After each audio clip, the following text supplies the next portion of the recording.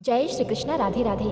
तो बंधुओं, भक्तमाल में वर्णन है कि भगवान श्री कृष्ण और जग जननी श्री राधा की विवाह लीला कैसे संपन्न हुई। श्री राधा रानी की अष्ट सखियों का विस्तार में वर्णन है। श्री राधा का अवतरण किस प्रकार हुआ। देवर्षि नारद को ब्रज में पहली बार श्री राधा रानी का दर्शन किस प्रकार हुआ। भक्तमाल में इसका विस्तार में वर्णन है। वीडियो शुरू करने से पहले अगर आप इस चैनल पर नए हैं और आपने अभी तक इसे सब्सक्राइब नहीं किया है तो आज ही चैनल को सब्सक्राइब करके बेल आइकन को प्रेस कर दीजिए ताकि हमारे वीडियोस की नोटिफिकेशन आपको मिलती रहे। तो चलिए शुरू करते हैं आज के वीडियो को। अब रासेश्वरी श्री राधा के भारतवर्ष में अवतरित होने की भूमिका कैसे बनी, उनके नित्य रास की, नित्य निकुंज लीला की एक झांकी का दर्शन करते हैं। नृगपुत्र राजा सुचंद्र का एवं पितरों की मानसी कन्या सुचंद्र पत्नी कलावती का पुनर्जन्म हुआ। सुचंद्र तो वृषभानु गोप के रूप में उत्पन्न हुए एवं कलावती कीर्तिदा गोपी के रूप में। यथा समय दोनों का विवाह होकर पुनर्मिलन हुआ। एक तो राजा सुचंद्र हरि के अंश से ही उत्पन्न हुए थे, उस पर उन्होंने पत्नी सहित दिव्य 12 वर्षों तक तप करके ब्रह्मा को संतुष्ट किया था। इसलिए कमल योनि ने ही यह वर दिया था। द्वापर के अंत में स्वयं श्री राधा तुम दोनों की पुत्री बनेगी। उस वर की सिद्धि के लिए ही सुचंद्र वृषभानु गोप बने हैं। इन्हीं वृषभानु में इनके जन्म के समय सूर्य का भी आवेश हो गया, क्योंकि सूर्य ने तपस्या कर कृष्ण चंद्र से एक कन्या रत्न की याचना की थी तथा श्री कृष्ण चंद्र ने संतुष्ट होकर तथास्तु कहा था। इसके अतिरिक्त नित्य लीला के वृषभानु एवं कीर्तिदा, ये दोनों भी वृषभानु गोप एवं कीर्तिदा में समाविष्ट हो गए, क्योंकि स्वयं गोलोक विहारिणी श्री राधा का अवतरण होने जा रहा है। अस्तु, इस प्रकार योग माया ने द्वापर के अंत में रासेश्वरी के लिए उपयुक्त क्षेत्र की रचना की है। धीरे धीरे वह निर्दिष्ट समय भी आ पहुंचा। वृषभानु के ब्रज की गोप सुंदरियों ने एक दिन अकस्मात देखा कीर्तिदा के अंग पीले हो गए हैं, गर्भ के अन्य लक्षण भी स्पष्ट परिलक्षित हो रहे हैं। फिर तो उनके हर्ष का पार नहीं। कानों कान यह समाचार वृषभानु व्रज में सुख स्रोत बनकर फैलने लगा। सभी उत्कंठा पूर्वक प्रतीक्षा करने लगे। वह मुहूर्त आया। भाद्रपद की शुक्ला अष्टमी है, चंद्रवासर है, मध्याह्न है। कीर्तिदा रानी रत्न पर्यक पर विराजित है। एक घड़ी पूर्व से प्रसव का आभास सा मिलने लगा है। वृद्धा गोपिकाएं उन्हें घेरे बैठी है। इस समय आकाश मेघाच्छन्न हो रहा है। सहसा प्रसूति गृह में एक ज्योति फैल जाती है, इतनी तीव्र ज्योति कि सबके नेत्र निमीलित हो गए। इसी समय कीर्तिदा रानी ने प्रसव किया। प्रसव में केवल वायु निकला। इतने दिन उदर तो वायु से ही पूर्ण था, किंतु इससे पूर्व की कीर्तिदा रानी एवं अन्य गोपिकाएं आंख खोलकर देखें, उसी वायु कंपन के स्थान पर एक बालिका प्रकट हो गई। सूतिकागार उस बालिका के लावण्य से प्लावित होने लगा। गोप सुंदरियों के नेत्र खुले। उन्होंने देखा शत सहस्त्र शरचंद्रों की कांति लिए एक बालिका कीर्तिदा के सामने लेटी है। कीर्तिदा रानी ने प्रसव किया है। कीर्तिदा रानी को यह प्रतीत हुआ, मेरे द्वारा सत प्रसूत इस कन्या के अंगों में मानो किसी दिव्याति दिव्य शतमूली प्रसून की आभा भरी हो, अथवा रक्त वर्ण की तड़ी लहरी ही बालिका रूप में परिणित हो गई हो। आनंद विवशा कीर्तिदा रानी कुछ बोलना चाहती है पर बोल नहीं पाती। मन ही मन 2 लक्ष्य गौदानों का संकल्प करती है। संयोग की बात, आज ही कुछ देर पहले से करभाजन, श्रृंगी, गर्ग एवं दुर्भाषा चारों वहाँ आए हुए हैं। गोपों की प्रार्थना पर वृषभानु को आनंद में निमग्न करते हुए वे श्री राधा के ग्रह नक्षत्र का वर्णन कर रहे हैं। बालिका का नाम रखा गया राधा। राधिका नाम वृषभानु एवं कीर्तिदा दोनों से मिलकर रखा। लोहित वर्ण विद्युत लहरी से अंग प्रभा होने के कारण राधा राधिका नाम जगत में विख्यात हुआ। इस प्रकार अयोनि संभवा श्री राधा भूतल पर श्री वृषभानु एवं कीर्तिदा रानी की पुत्री के रूप में प्रकट हुई। वाणी की झनकार पर हरि गुण गान करते हुए देवर्षि नारद ब्रज में घूम रहे थे। कुछ देर पहले ब्रजेश्वर नंद के घर गए थे। वहाँ नंद नंदन श्री कृष्ण चंद्र के उन्होंने दर्शन किए। दर्शन करने पर मन में आया, जब स्वयं गोलोक विहारी श्री कृष्ण चंद्र भूतल पर अवतरित हुए हैं, तो गोलोकेश्वरी श्री राधा भी कहीं न कहीं गोपी रूप में अवश्य आई है। उन्हीं श्री राधा को ढूंढते हुए देवर्षि ब्रज के प्रत्येक गृह के सामने ठहर ठहर कर आगे बढ़ते जा रहे हैं। देवर्षि का दिव्य ज्ञान कुंठित हो गया है। सर्वज्ञ नारद को श्री राधा का अनुसंधान नहीं मिल रहा है। मानो योग माया देवर्षि को निमित्त बनाकर राधा दर्शन की यह साधना जगत को बता रही हो। पहले श्री कृष्ण चंद्र के दर्शन होते हैं, उनके दर्शनों से श्री राधा के दर्शन की इच्छा जागृत होती है। फिर श्री राधा को पाने के लिए व्याकुल होकर ब्रज की गलियों में भटकना पड़ता है। अस्तु घूमते हुए देवर्षि वृषभानु प्रसाद के सामने आकर खड़े हो जाते हैं। वह विशाल मंदिर देवर्षि को मानो अपनी ओर आकर्षित कर रहा हो। देवर्षि भीतर प्रवेश कर जाते हैं। वृषभानु गोप की दृष्टि उन पर पड़ती है। वे दौड़कर नारद जी के चरणों में लेट जाते हैं। विधिवत पाद्य अर्घ से पूजा करके देवर्षि को प्रसन्न अनुभव कर वृषभानु गोप अपने सुंदर पुत्र श्रीदाम को गोद में उठा लेते हैं, लाकर मुनि के चरणों में डाल देते हैं। बालक का स्पर्श होते ही मुनि के नेत्रों में स्नेहाक्षु भर आते हैं। उत्तरीय से अपनी आंखें पोंछकर उसे उठाकर वे हृदय से लगा लेते हैं तथा गदगद कंठ से बालक का भविष्य बतलाते हैं। वृषभानु सुनो, तुम्हारा यह पुत्र नंद नंदन का बलराम का प्रिय सखा होगा। तो क्या रासेश्वरी श्री राधा यहाँ भी नहीं है? वृषभानु उन्हें तो लाया नहीं। यह सोचकर निराश से हुए देवर्षि चलने को उद्यत हुए। उसी समय वृषभानु ने कहा, भगवान, मेरी एक पुत्री है। सुंदर तो वह इतनी है मानो सौंदर्य की खानी। कोई देव पत्नी इस रूप में उतर आई हो, पर आश्चर्य यह है कि वह अपनी आंखें सदा निमिलित रखती है। हम लोगों की बातें भी उसके कानों में प्रवेश नहीं करती, उन्मादिनी सी दिखती है। इसलिए हे भगवतम, श्री चरणों में मेरी यह प्रार्थना है कि एक बार अपनी सुप्रसन्न दृष्टि से उस बालिका पर भी डालकर उसे प्रकृतिस्थ कर दे। आश्चर्य में भरे नारद वृषभानु के पीछे पीछे अंतःपुर में चले जाते हैं। जाकर देखा, स्वर्ण निमित्त सजीव सुंदरतम प्रतिमा सी एक बालिका भूमि पर लौट रही है। देखते ही नारद का धैर्य जाता रहा। अपने को वे किसी प्रकार भी संवरण ना कर सके। वे दौड़े और बालिका को उठाकर उन्होंने अंक में ले लिया। एक परमानंद सिंधु की लहरें देवर्षि को लपेट रही है। उनके प्राणों में अनुभूतपूर्व एक अद्भुत प्रेम का संचार हो जाता है। वे बालिका को क्रोध में धारण किए मूर्छित हो जाते हैं। 2 घड़ी के लिए तो उनकी यह दशा है मानो उनका शरीर एक शिलाखंड हो। 2 घड़ी के पश्चात जाकर कहीं ब्रह्म ज्ञान होता है तथा बालिका का अप्रतिम सौंदर्य निहार कर विस्मय की सीमा नहीं रहती। वे मन ही मन सोचने लगते हैं, ओह, ऐसे सौंदर्य के दर्शन मुझे तो कभी नहीं हुए। मेरी अबाध गति है। सभी लोकों में स्वच्छंद विचरता हूँ। ब्रह्मलोक, रुद्रलोक, इंद्रलोक, इनमें कहीं भी इस शोभा सागर का एक बिंदु भी मैंने नहीं देखा। महामाया भगवती शैलेंद्र नंदिनी के दर्शन मैंने किए हैं।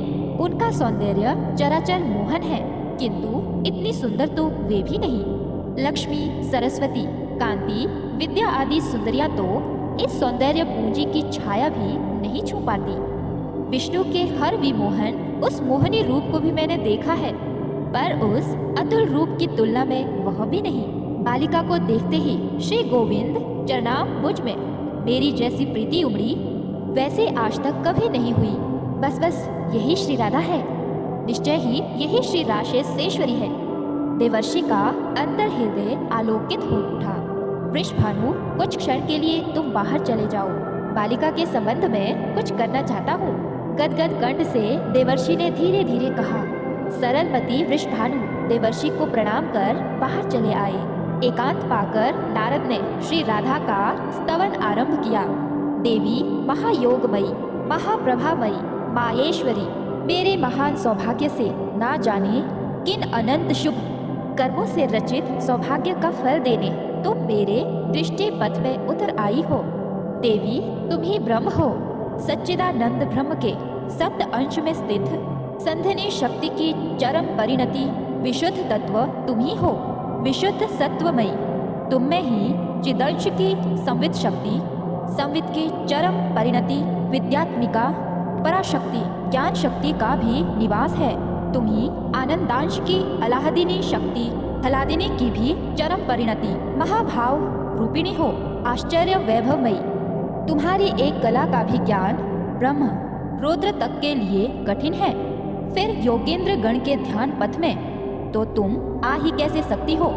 मेरी बुद्धि तो यह कह रही है कि इच्छा शक्ति, ज्ञान शक्ति, क्रिया शक्ति ये सभी तुम ईश्वरी के अंश मात्र है। श्री कृष्ण चंद्र की आनंद रूपिणी शक्ति तुम ही हो। तुम ही उनकी प्राणेश्वरी हो, इसमें कोई संशय नहीं। निश्चय ही तुम्हारे ही साथ श्री कृष्ण चंद्र वृंदावन में क्रीड़ा करते हैं। ओह देवी, जब तुम्हारा कौमार रूप ही ऐसा विश्व विमोहन है, तब वह तरुण रूप कितना विलक्षण होगा। कहते कहते नारद का कंठ रुद्ध होने लगता है। प्राणों में श्री राधा के तरुण रूप को देखने की प्रबल उत्कंठा भर जाती है। वे वहीं पर टंगे मणि पालने पर श्री राधा को लिटा देते हैं तथा उनकी ओर देखते हुए बारंबार प्रणाम करने लगते हैं। तरुण रूप में दर्शन देने के लिए प्रार्थना करते हैं। नारद के तरुण हृदय में, अंतः हृदय में मानो कोई कह देता है, देवर्षि श्री कृष्ण की वंदना करो। तभी श्री कृष्ण प्रियतमा के नेत्र तुम्हारी ओर फिरेंगे। देवर्षि श्री कृष्ण चंद्र की जय जयकार कर उठते हैं। बस इसी समय दृश्य बदल जाता है। मणि पालने में विराजित वृषभानु कुमारी अंतर्हित हो जाती है तथा नारद के सामने किशोरी श्री राधा का आविर्भाव हो जाता है। इतना ही नहीं, दिव्य भूषण वसंत से सज्जित अगणित संख्या भी वहाँ प्रकट हो जाती है। श्री राधा को घेर लेती है। वह रूप, वह सौंदर्य, नारद के नेत्र निमेष शून्य एवं अंग निश्चेष्ट हो जाते हैं। मानो नारद सचमुच अंतिम अवस्था में जा पहुँचे हो। राधा चरणाम्बु कणिका का स्पर्श कराकर एक सखी देवर्षि को चैतन्य करती है और कहती है, मुनिवर्य, अनंत सौभाग्य से श्री राधा के दर्शन तुम्हें हुए हैं। महाभागवतों को भी इनके दर्शन दुर्लभ है। देखो, ये अब तुम्हारे सामने से फिर अंतर्हित हो जाएगी। प्रदक्षिणा करके नमस्कार कर लो। जाओ, गिरिराज परिसर में कुसुम सरोवर के तट पर एक अशोक लता फूल रही है। उसके सौरभ से वृंदावन सुवासित हो रहा है। वहाँ उसके नीचे हम सबको अर्धरात्रि के समय देख पाओगे। श्री राधा का वह कैशोर रूप अंतर्हित हो गया। बाल्य रूप से रत्न पालने पर वे पुनः प्रकट हो गई। द्वार पर खड़े वृषभानु प्रतीक्षा कर रहे थे। जय जयकार की ध्वनि सुनकर आश्चर्य कर रहे थे। अश्रुपूरित कंठ से देवर्षि ने पुकारा। वे भीतर आ गए। देवर्षि बोले, वृषभानु, इस बालिका का यही स्वभाव है। देवताओं की सामर्थ्य नहीं कि वे इनका स्वभाव बदल दें, किंतु तुम्हारे भाग्य की सीमा नहीं। जिस गृह में तुम्हारी पुत्री के चरण चिन्ह अंकित हैं, वहाँ लक्ष्मी सहित नारायण समस्त देव नित्य निवास करते हैं। यह कहकर सखलित गति से नारद चल पड़ते हैं। वाणी में राधा यशोगान की लहरी भरते आंसू बहाते हुए वे अशोक वन की ओर चले गए। उसी दिन कीर्तिदा रानी की गोद में पुत्री को देखकर प्रेम विवश हुए वृषभानु लाड लड़ाने लगे।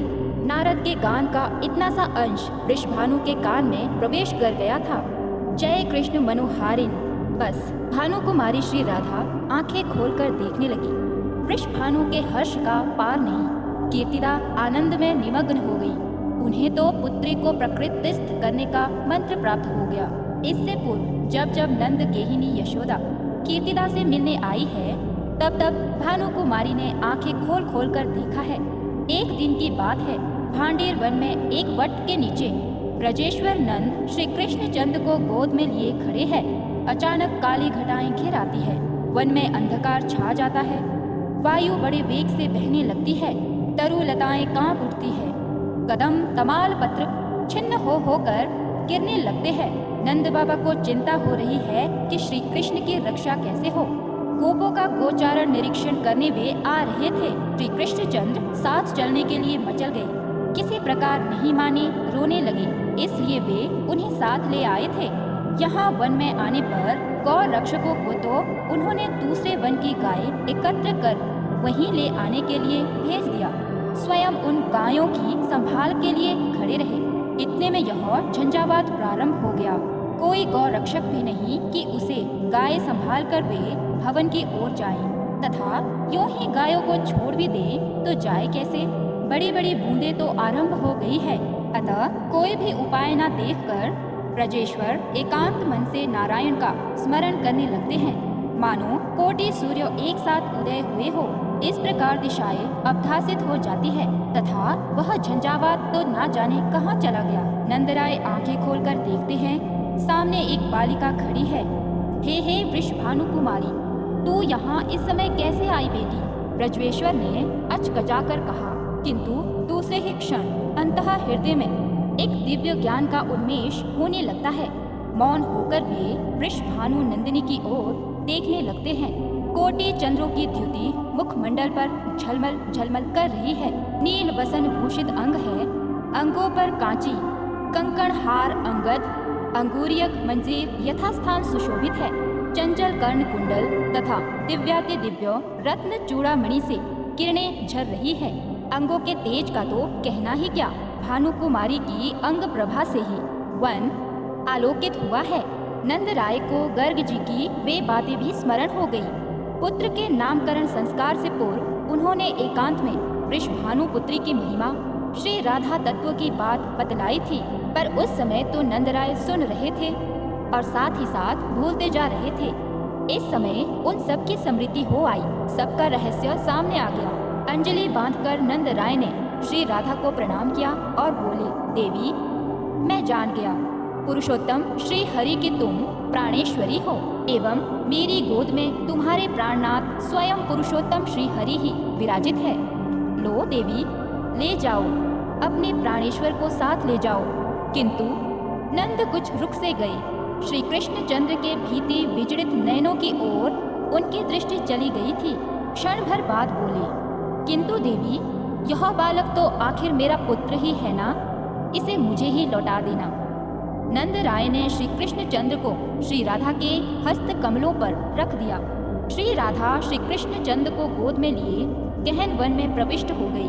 वृंदावन की भूमि पर गौलोक का दिव्य रासमंडल प्रकट होता है। श्री राधा नंद पुत्र को लिए उसी मंडप में चली आती है। सहसा नंद पुत्र श्री राधा की गोद से अंतर्हित हो जाते हैं। वृषभानु नंदिनी विस्मित होकर सोचने लगती है, नंदराय ने जिस बालक को सौंपा था वह कहाँ चला गया। इतने में गौलोक विहारी नित्य किशोर मूर्ति श्री कृष्ण चंद्र दिख पड़ते हैं। अपने प्रियतम को देखकर वृषभानु नंदिनी का हृदय भर आता है। प्रेमावेश से वे विह्वल हो जाती है। श्री कृष्ण चंद्र कहने लगते हैं, प्रिय, गौलोक की वे बातें भूल गई है या अभी भी स्मरण है? मुझे भी भूल गई क्या? मैं तो तुम्हें नहीं भूला, तुम्हें भूल जाऊं यह मेरे लिए असंभव है। मेरे प्राणों की रानी, तुमसे अधिक प्रिय मेरे पास कुछ हो तब तो तुम्हें भूलूं। तुम ही बताओ, प्राणों से अधिक प्यारी वस्तु को कोई कैसे भूल सकता है?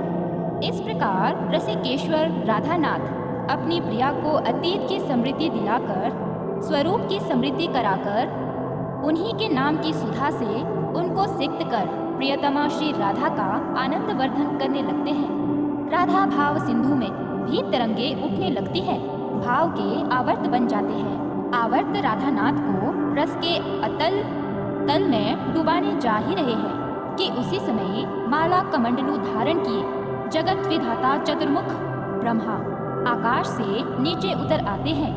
राधा राधानाथ के चरणों में वंदना करते हैं। पुष्कर तीर्थ में 60,000 वर्षों तक विधाता ने श्री कृष्ण चंद्र की आराधना की थी। राधा चरणारविंद दर्शन का वर प्राप्त किया था। उसी वर की पूर्ति के लिए एवं राधानाथ की मनोहारिणी लीला में एक छोटा सा अभिनय करने के लिए योग माया प्रेरित वे ठीक उपयुक्त समय पर आए हैं। अस्तु श्री राधा एवं राधानाथ को प्रणाम कर दोनों के बीच में विधाता अग्नि प्रज्वलित करते हैं। अग्नि में विधिवत हवन करते हैं। फिर विधाता के द्वारा बताए हुए विधान से स्वयं रासेश्वर हवन करते हैं। इसके पश्चात रासेश्वरी रासेश्वर दोनों ही 7 बार अग्नि प्रदक्षिणा करते हैं। अग्निदेव को प्रणाम करते हैं। विधाता की आज्ञा मानकर श्री राधा एक बार पुनः हुताशन प्रदक्षिणा करके श्री कृष्ण चंद्र के समीप आसन ग्रहण करती है। ब्रह्मा श्री कृष्ण चंद्र को श्री राधा का पाणी ग्रहण करने के लिए कहते हैं तथा श्री कृष्ण चंद्र राधा हस्त कमल को अपने हस्त कमल पर धारण करते हैं। हस्त ग्रहण होने पर श्री कृष्ण चंद्र ने 7 वैदिक मंत्रों का पाठ किया। इसके पश्चात श्री राधा अपना हस्त कमल श्री कृष्ण के वक्षस्थल पर एवं श्री कृष्ण चंद्र अपना हस्त पद्म श्री राधा के पृष्ठ देश पर रखते हैं तथा श्री राधा मंत्र समूह का पाठ करती है। आजानुलंबित दिव्याति दिव्य पारिजात निर्मित कुसुम माला श्री राधा श्री कृष्ण चंद्र को पहनाती है एवं श्री कृष्ण चंद्र सुंदर मनोहर वरमाला श्री राधा के गले में डालते हैं। यह हो जाने पर कमलोद भव श्री राधा को श्री कृष्ण चंद्र के वाम पार्श्व में विराजित कर दोनों के अंजलि बांधने की प्रार्थना कर दोनों के द्वारा 5 वैदिक मंत्रों का पाठ कराते हैं। अनंतर श्री राधा श्री कृष्ण चंद्र को प्रणाम करती है। जैसे पिता विधिवत कन्यादान करे वैसे सारी विधि संपन्न करते हुए विधाता श्री राधा को श्री कृष्ण कर कमलों में समर्पित करते हैं।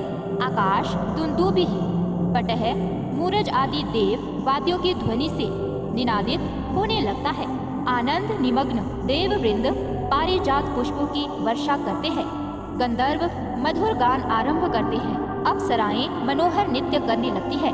ब्रज गोपों के ब्रज सुंदरियों के सर्वथा अनजान में ही इस प्रकार वृषभानु नंदिनी एवं नंद नंदन की विवाह लीला संपन्न हो गई। भांडेर वन के उन निकुंजों में रस की तरंगिणी बह चली। रासेश्वरी श्री राधा रासेश्वर श्री कृष्ण दोनों ही आनंद विभोर होकर उसमें बह चले। जब इस स्रोत में अन्य रस धाराएं आकर मिलने लगी, भाव संधि का समय आया तो श्री राधा को बाह्य ज्ञान हुआ। वृषभानु नंदिनी देखती है मेरी गोद में नंदराय ने जिस पुत्र को सौंपा था वह तो है शेष, सब समृद्धि मात्र। श्री कृष्ण चंद्र की वह कैशोरी मूर्ति अंतर्हित हो गई है। उन्हें वे बालक रूप हो गए हैं। नंद नंदन को श्री राधा यशोदा रानी के पास ले जाती है। मैया, वन में झंझावात आरंभ हो गया था। बाबा बोले तू इसे ले जा, घर पहुंचा दे। बड़ी वर्षा हुई है, देखो मेरी साड़ी सर्वथा भीग गई है। मैं अब जाती हूँ। घर से आए मुझे बहुत देर हो गई है। मेरी मैया चिंतित होगी। श्री कृष्ण को संभाल लो। यह कहकर वृषभानु नंदिनी ने श्री कृष्ण चंद्र को यशोदा रानी की गोद में रख दिया और स्वयं वृषभानुपुर की ओर चल पड़ी। यशोदा रानी ने देखा साड़ी वास्तव में सर्वथा आर्द्र है। प्रबल उत्कंठा हुई कि दूसरी साड़ी पहना दूं, किंतु मैया का शरीर निश्चेष्ट सा हो गया। ओह, कीर्तिदा की पुत्री कितनी सुंदर है। मैया इस सौंदर्य प्रतिमा की ओर देखती ही रह गई और प्रतिमा देखते ही देखते उपवन के लता जाल में जा छिपी। वहाँ भांडेर वन में ब्रजेश्वर नंद को इतनी ही समृद्धि है कि वर्षा का ढंग हो रहा था। भानु कुमारी के साथ मैंने पुत्र को घर भेज दिया है। श्री राधा किशोरी की सखियाँ 5 प्रकार की मानी जाती है। सखी, नित्य सखी, प्राण सखी, प्रिय सखी और परम प्रेष्ठ सखी। कुसुमिका, विंध्या, धनिष्ठा आदि तो सखी कहलाती है। कस्तूरी, मणि, मंजरिका आदि नित्य सखी कही जाती है। शशिमुखी, वासंती, लासिका आदि प्राण सखी की गणना में है। कोरंगाक्षी, मंजुकेशी, माधवी, मालती आदि प्रिय सखी कही जाती है तथा श्री ललिता, विशाखा, चित्रा, इंदुलेखा, चंपकलता, रंगदेवी, तुंग विद्या, सुदेवी ये 8 परम प्रेष्ठ सखी की गणना में है। ये 8 सखियां ही अष्ट सखी के नाम से विख्यात है। हृदय से जुड़ी हुई अनंत धमनियों की भांति श्री राधा की समस्त सखियां राधा हरित सरोवर से निरंतर प्रेम रस लेती है, लेकर उस रस को सर्वत्र फैलाती रहती है तथा साथ ही अपना प्रेम रस भी राधा हृदय में उमेरती रहती है। इस रस विस्तार के कार्य में श्री ललिता आदि अष्ट सखियों का सबसे प्रमुख स्थान है। श्री कृष्ण चंद्र की नित्य कैशोर लीला में श्री ललिता की आयु 14 वर्ष 3 माह 12 दिन की रहती है। श्री ललिता में यह नित्य दिव्य आवेश रहता है कि इस समय मेरी आयु इतनी हुई है इसी प्रकार उस लीला में श्री विशाखा 14 वर्ष 2 माह 15 दिन, श्री चित्रा 14 वर्ष 1 मास 19 दिन, श्री इंदुलेखा 14 वर्ष 2 मास 12 दिन, श्री चंपकलता 14 वर्ष 2 मास 14 दिन, श्री रंग देवी 14 वर्ष 2 मास 8 दिन, श्री तुंग विद्या 14 वर्ष 2 मास 20 दिन, श्री सुदेवी 14 वर्ष 2 मास 8 दिन की रहती है। अवश्य ही जब श्री राधा किशोरी की लीला का प्रपंच में प्रकाश होता है, वे अवतरित होती है, तब ये भी उसी प्रकार अवतरित होती है। इनका जन्म होता है, कौमार आता है, पौगण्य आता है, फिर कैशोर से विभूषित होती है। इन 8 सखियों का जीवन चरित्र श्री राधा महारानी की लीला में सर्वथा अनुस्यूत रहता है। जो राधा भाव सिंधु का कोई एक कण पा लेते हैं, वे ही इन सखियों के दिव्य भुवन पावन चरित्र के संबंध में यत किंचित जान पाते हैं। वह भी एक सा नहीं जो जैसा पात्र हो। हमारे लिए तो इतना ही पर्याप्त है कि श्री राधा किशोरी को स्मरण करते हुए हम इनकी वंदना कर लें। तो बंधुओं, आई होप आपको वीडियो पसंद आई हो। मिलेंगे अगली वीडियो में, तब तक के लिए